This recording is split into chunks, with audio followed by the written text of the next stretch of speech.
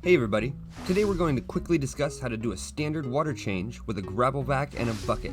To get started, we're going to need a few things: a gravel vac, bucket, a water conditioner, and a bacterial stabilizer. We're going to use these items to remove and replace water from our aquarium. We recommend changing 25% of your water around once a week for most setups. Today we're also using a cobalt aqua mat to catch any drips and keep our workspace clean and dry. You can find out more about the cobalt aqua mat in the link above. Let's move on to starting a siphon. There are several ways to start a siphon on a regular gravel vac.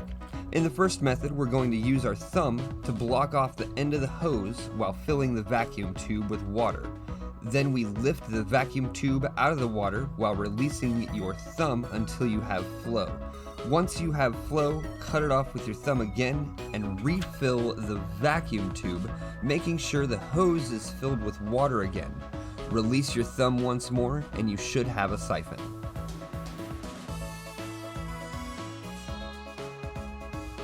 Another method is to submerge the whole siphon in the tank. This is easiest in larger tanks.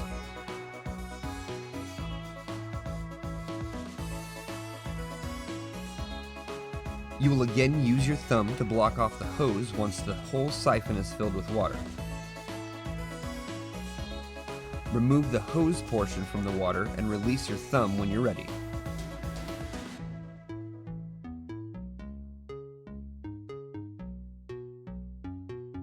The last method is the classic suck and go. Submerge your gravel vac and suck on the end of the hose until the water reaches past the tank. Make sure to remove the hose from your mouth before the water reaches the end. Once you have your siphon going into your bucket, it's time to start vacuuming. If cleaning gravel, dig down to the bottom of the glass to ensure you're getting as much waste out as possible. If cleaning sand, skim the surface of the substrate. If you dig down too much, you'll just end up removing the sand. We recommend agitating your sand prior to the water change, letting the waste settle back onto the sand bed before siphoning it out. When vacuuming an aquarium with live plants, do not remove your plants, simply vacuum around them. You can also use your vacuum to remove debris that may be trapped in the plants. Your goal when doing a water change should be to get the most coverage of your substrate as possible without removing too much water. We usually don't recommend changing more than 50% of your water in one water change. Also be sure not to overfill your bucket. Now it's time to fill the tank back up. If you're using tap water, be sure to use a dechlorinator like Prime. This removes the chlorine from your water, which will kill your fish, and we definitely don't want that. Filling your tank back up is one of the last steps in the process of a water change.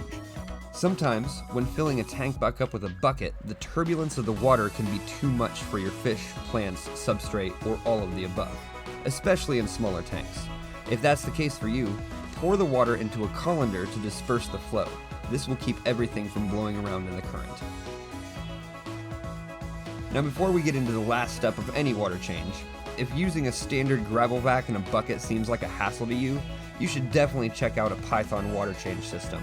That allows you to drain and fill your tank from almost any faucet in your house. Check out the link to the video above to find out more.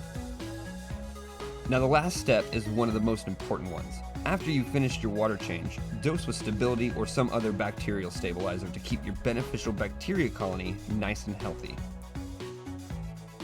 We recommend a bacterial stabilizer when doing a water change, adding new fish, or starting a new tank. Thanks for hanging out with us. If you enjoyed this, consider subscribing to the channel and liking this video. We'll see you on the next one.